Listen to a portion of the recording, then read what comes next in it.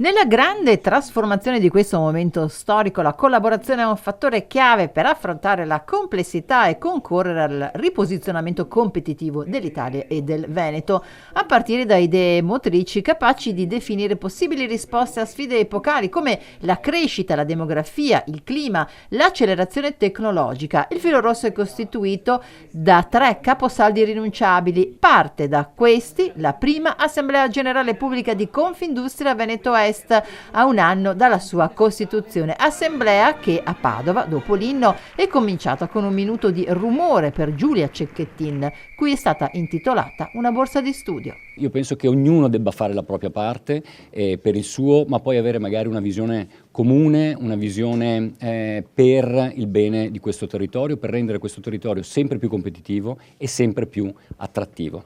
Andremo a firmare un accordo con la Regione che avrà diversi capitoli. Uno dei capitoli che riteniamo più interessanti, un po' più innovativi, è quello che riguarda l'housing sociale. Penso che sia uno strumento che vada incontro alle esigenze dei giovani studenti, dei giovani lavoratori e anche ovviamente degli immigrati. Uno strumento che possa rendere questo territorio attrattivo e che possa non penalizzare le persone a inserirsi nel mondo del lavoro, ma anzi a facilitarlo. Lei parlava di 3 macro aree, chiamiamole così, no? Su cui poi raccogliere delle sfide importanti.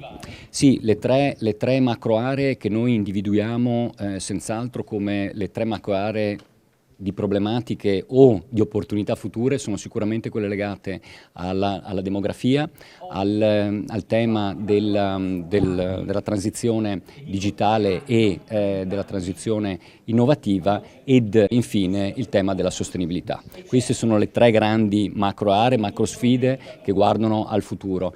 Per porre la nostra soluzione abbiamo altrettanto 3 idee motrici che partono senz'altro dal capitale umano in termini quantitativi ma anche in termini qualitativi, nel senso che dobbiamo cercare di upskillare e reskillare la forza lavoro esistenti nel mondo del lavoro e dobbiamo cercare di far capire bene, dialogando, collaborando con tutto il mondo dell'istruzione su quelle che sono invece le nuove materie che il mondo del lavoro necessita. Quindi capitale umano al centro, capitale umano dove non solo c'è una possibilità di crescita per il nostro territorio, ma c'è anche un'opportunità per averne di più, visti i dati estremamente positivi dell'occupazione.